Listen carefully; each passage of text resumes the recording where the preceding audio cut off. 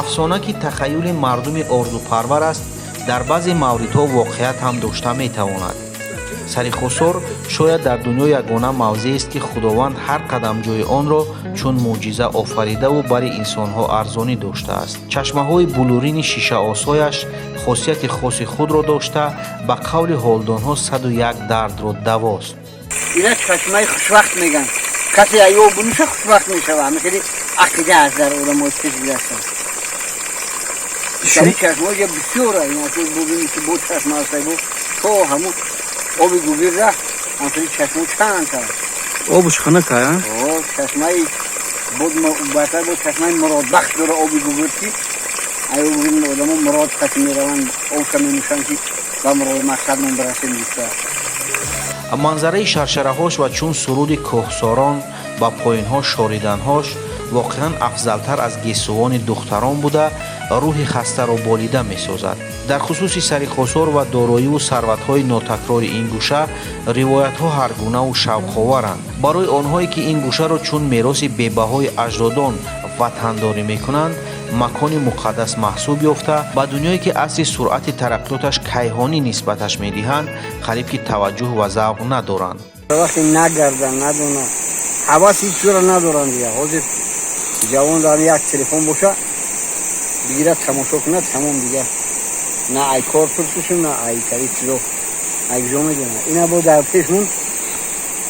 дарахти зелол истода ина зифт меган ина нав гирифта шуди мевашҳои нарасида ира баргшам давоай танашам давоай зарпӯшам давоай барои шикастагӣ барои сӯхтагӣ барои хайёхи дарди ҳама ҷо барои камдард барои одамо шанш дард мекунанд медавонашон Сари Хусор воқеан дорухонаи табиат аст ва тавре ки Нусратулло Мусоев сокини деҳаи пештова андешаҳояшро қисмат кард, инсонҳо аз табиат сахт вобастагӣ дошта, гулу гиёҳош ба тамоми дардҳо давост. Сари Хусор ҳама яъне алаф қариб ҳамаш тавобатӣ ёфт. ин ҳайрат кокти меган дар китобо мо субинак мегем бо баъзиҳо ҷамилашам меган ҷамилаш бо дигарамутаране ки ҳарчанд яке оилаи пудиноҳой дар тамоми дард подард ҳама дарда давоа қарибан ман инами 2 сол 3 сол шид фақат чой аями мехӯрам махласка мехӯрам мо умуман чои магазина намехӯрам. и дар шӯрбоам ки барша қоқини майда ки мешавад переправаи тайёрай дар чоям бандозӣ бухӯрӣ мешавад ҳамаҷо оталадам мешавад чикри ҳаст рошик ҳаст чокла ҳаст хоб ина ҷамбила ки субинак ҳаст хоб кравчак гуфтаги алаф ҳаст бӯи хиш дора ранги ҳам худмона ниёзбӯ мегем чи айё ҳастай чойкаҳак ҳастай ҳам чойкаҳак ҳам алафи хубай ҳам чойиша ҳам ҷиҳати гармиша ҳама тараф одам дар фоида дорад. дигар ҳам ҳавошам одамо саъд мекунад ҷавоно дар маслиҳат мекунем ки чизои сунъиро камтар бихӯранд амтари алафҳо дар коришон обиёранд ки саломатшона айдаст накунанд. ҳозир ман мебинам бачаҳо ёша ҳозир ман кор мекунам дина ду бачаак ома истиниш мега ки и бобом чикор бош мега ки ёли майра дидагим толи кори бобома надидай мегаг не баъд мефаҳми ки бобо ки аст. навша бачаҳо ёши бисёр бошанд агар 21-22 сола бачаан ё 23 сола бошанд ҳамшади зиммар чидагӣ мегам мекунанд ҳаваси коркуниам мекунанд ҳавас чира ки ё кор мекунаву мокрокал камтар коркунӣ ниёмондар мекунаву помондар мекунаву дӯстмондар мекунаву табиата истифода тавонистан дар кор мондар фаҳмидан дар кор чиза ҳар одам ҳис намекунад.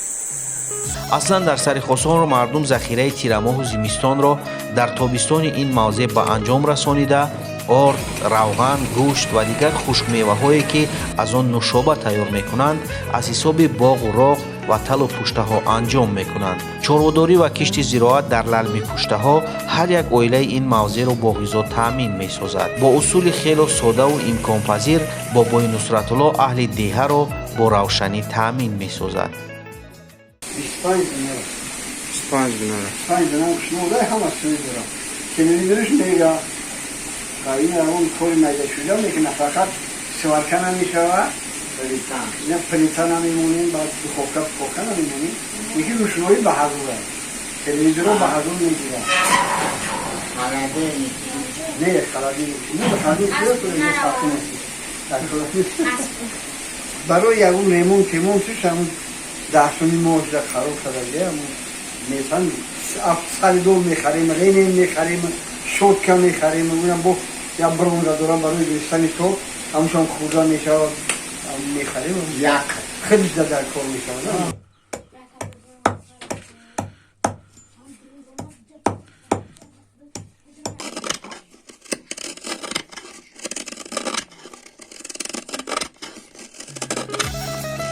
اصلا هنرهای مردمی در این موضع قریب که در شکل ابتداییش پابرجا بوده ساکنان این محل دوردست از آنها وسیع استفاده میکنند. بابای نصرتالله در چوب تراشی مهارت بی امثال داشته قریب که همه احتیاجات کاسبی و دوریدگری را خودش اجرا میکند.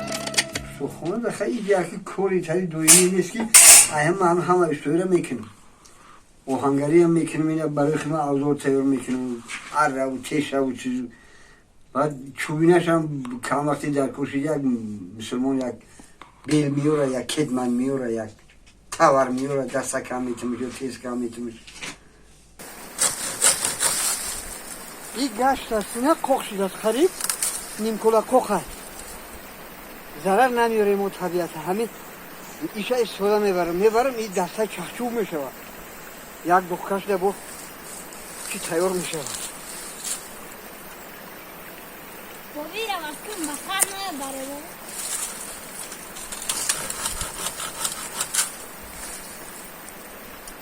ولی پاک دیگه کوک نشده است اگر کوکی بچه ها دیگه در هیچ کار نمیشه مگرم ازمش کنیم بازی عین استفاده شد برف بیقی دستش شکسته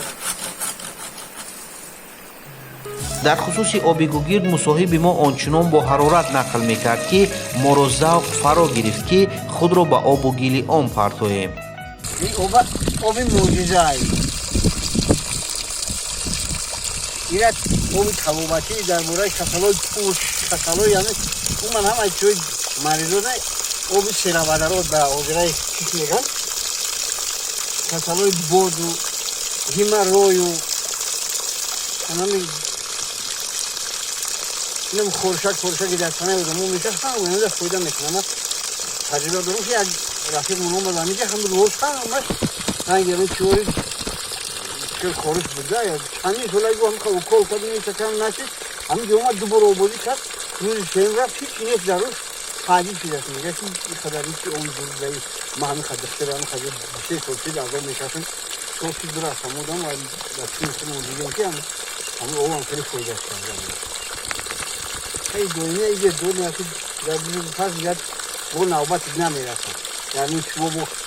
شان میکشن آدمو بعد ضعیف آدمو با کسلای ضعیف زنانه در بشه فایده داره زنای کودک نمیاد پیشو آدمو اکای دانی آدمو میکنیم که کسی که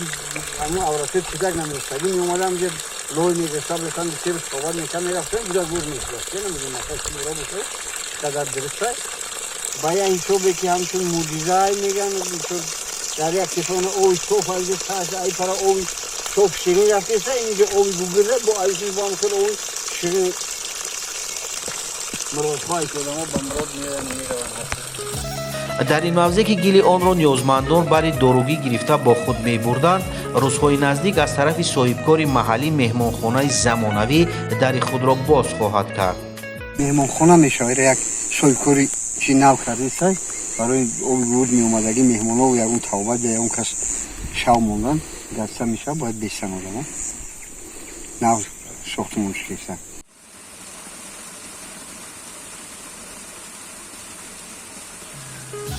پیدایش هر عملی را که به تأمین کاملیت زندگی در این گوشه اتفاق می افتاد بابای نصرتالله با یک صمیمیت مردم کوهستان نقل می کرد. خب سال 89 سال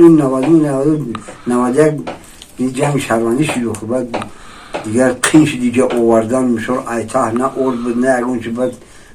کلان میشود اما زمین ها را گندم پیدا شد ارد کندر کن اشوب نبود اینجا یا ایره نکردیم سه چور تا اشوب کردیم پایین دا و بالا دا و هر قشلو قریب دو قشلو پاش یک قشلو پاش یتایی اشوب کردیم میده کردیم اما همه کسا حشر قطی اوی کردیم بعد خلق نوشه اول همینجا همون سال یکم میگم گندم که دیگه نیفتیم اینجا گندم کن خلق دیخونه همینجا خود دیگه برجون ارد کنی میبودیم کنگرد و دنگره ارد کنی میبودیم بعد که همون رسوس کردیم بعد بود دیتر دیگه خلق باید رفتم اومدم من با گندم شما میگو اگه چیزی در کاری میده شده شما رفت میگرفت و بخشه اینجا موقع آدم وقتی که روز کرد همی اوشو با مونده گردونش کرد همی که گشت بعدش ریخت بعدش میریخت گندم نمیریخت خیلی شدی نمیریخت فکر کرد ما چیکار کنم که همی گندم بریزه عقلش نگرفت که همی را بکنم بعد میگه که شیطان آمد گفت که مرا امره بگی یا پیر قبول که قطیر همی ده شریک بگی مرا من کار میکنم که گندم خودش نمیریزه چون بعدش سر میگیری که بودم روزی نشید تو شیطانی که دوزه دکار نیست کاری که من ایده چرا شریک نمیکنم که خیلی یه روز دو روز یه هفته بعدش ریخی بزرگ شد بعد یه روز شیطان آمد و خیلی بگو مالی تا امره آمده بعد گرفت همین چوها تروشید مون کت کردی بعد من نفهمیدم میخواد کورا بعد هم کت کردی مون بعد یه جمعونش یه گندم ریختن گرفت بعد یک جمعون داشت ولی اوسیوب ده یک چیزی همون کوش های همون شیطان انا در جواز نیست رایچی جواز در وقتی جواز را تیار میکنه همون دو جواز میکنه همین خمه کنه که میشه و روان گرفتن نمیتونه همین خطی میزند خطی همون چیوش ارش کلیوره خطی روان جفیده گرفتن نمیتونه بعد دم هم شیطان میگه که چیزی مرا میگه چی شد انا امره بگیشیم میگه که یه مطمئن امره نبگیریم هایی بکنم چیه کردم ماله همه خیلی بودی بگیریم از روان گرفتن نمیتونه اون میره و بعد این روزمون با اون جوز با فکر میکنه که میره چل کنم که روحانه بگیرم بعد روحانه بعدش میگفت در یک کلو پیش میمونه بعد خانون گرم میگیره ترکه خوزن میگیره که شیطان میوره بعد میگه ها گرفتی روحانه میگه اون نگرفتم میگه میگه اوبخول که بودی بعد شیطان میره با ها میگه اوبخول بعد بخول میره در دوش میدوزه خدیش خواه میره که جمع میشود میگه خواهش دوغن جیدو میشود میگه اون شیطان را پل میکنه پیری جواز کش در این گوشه قریب که همه چی غیرعادی است. در روز نخست سفر که توسط نقلات نیم عصر قبل وسیع استفاده میگشت ما راه جانب سری خسار پیش گرفته بودیم. عذابی راه خیلی مانده و به قول این جایها لکه تمام ساخته بود ولی در بازگشت روح باریده و هوای سبک موضع و خاطره و دیده ها برای یک عمر دیگر زدوده نخواهد گشت.